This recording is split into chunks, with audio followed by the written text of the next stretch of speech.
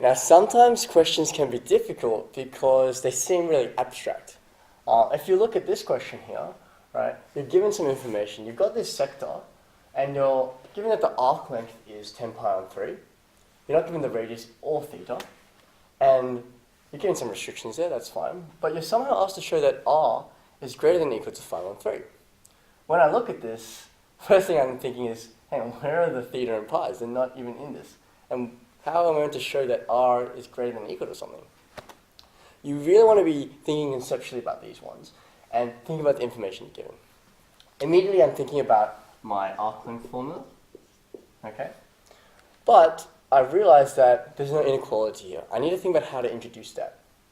This restriction is really important because it tells me that theta has to be in between 0 and 2 pi, which makes sense, right? Because your circle goes from 0 to 360 degrees. This is where I'm going to introduce my inequality. Firstly, I need an expression for theta, though, and that's where my arc length formula comes in. I know that my arc length is 10 pi on 3, and that's equal to r theta. Well, I want theta as a subject because I know that's going to be important in using for my restrictions. So I just divide both sides by r, so that equals to 10 pi on 3r. Now, can you see what's about to happen? To introduce my inequality, I'm going to go to this restriction, and I realize that because theta has to be less than or equal to 2 pi, I actually have an expression for theta here. Right? I can just bring that in. So I know that theta is less than or equal to 2 pi, and I can substitute theta as this expression here, 10 pi on 3r. Now I notice that this part here, it's showing that r is greater than or equal to something. So obviously I want r as my subject. And also, just a note here, we don't have to worry about any negatives with the inequalities because r is the radius, and that obviously has to be a positive number. It's a distance, right? So let's multiply both sides by r. 10 pi on 3 less than or equal to 2 pi r. And I go over here, keep simplifying. Divide both sides by 2 pi.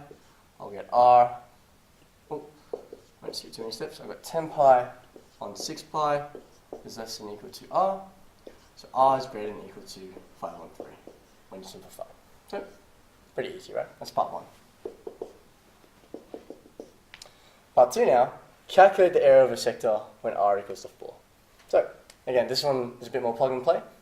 You've got the area is equal to half r squared theta. That's my area of a sector formula.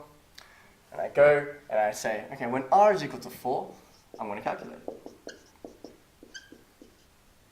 But I'm thinking, hang on, I still don't know what theta is. That's when you need to think about the previous parts that you've answered. They're actually trying to lead you into it. You can actually find theta if you're given the radius through this formula, right? When r is equal to 4, I know that theta would be equal to 10 pi on 12, okay? And so I'm going to keep solving this for me. I can go, the area is equal to half times 4 squared times 10 pi on 12, and we'll just simplify that out.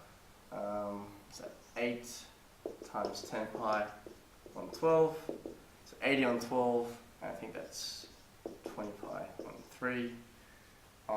And remember, I'm solving for area here, so I'll just add units squared. So that's how I can go from something that's quite abstract to solving something that's quite concrete. You really want to look at the information given and what formulas and tools you can use. Arc length formula and area of a sector formula.